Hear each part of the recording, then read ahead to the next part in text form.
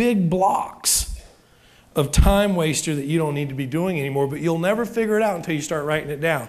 Fill it out, pull it down so that you know what to get rid of. Look for activities that would raise your income. Okay, I was doing marketing for 20 minutes here, but yet I was talking on the phone for 2 hours here. So would I want to swap that? Absolutely. Okay?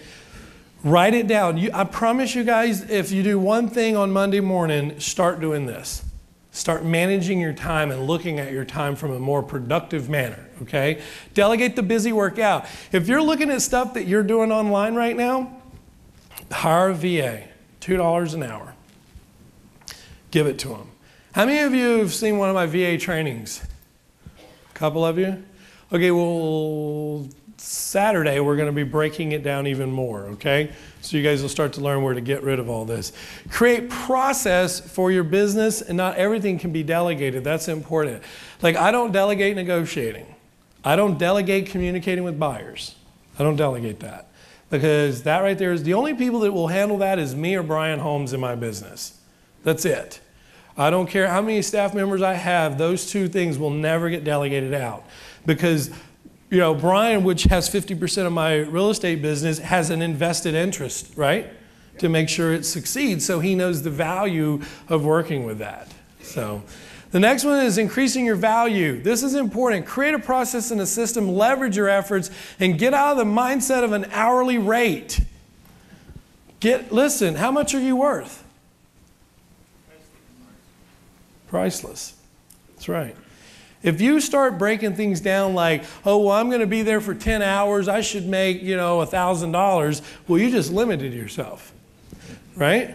Because you can make 30 grand in 3 weeks. I made $100,000 in almost 4 weeks, right? Why? Because I set my value. If someone calls my office and they say, Zach, I want to spend a day with you, I say it's $20,000.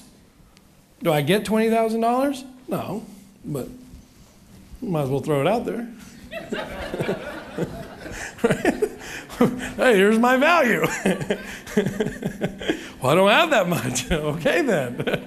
That's what my value is. What's your value? Maybe we can meet in the middle somewhere. But what I'm saying is, if you don't start asking for it, guess what? You ain't going to get it. You ain't going to get it. I'll never forget, I took one of the last companies I worked for. They gave me a territory in Northern California that was doing $500,000 a year. They brought this new kid in from Alabama and said, oh, we'll give it to him, you know. It's low-end territory. And in 3 years, I turned that territory into over a $5 million a year territory. My boss gave me a 3% raise. Wow. I went to my boss and I said, how about you don't pay me at all and just pay me commission? Guess what he said to me? You'd make more than I do. Right then I knew that I would never get paid what I was worth. Right then.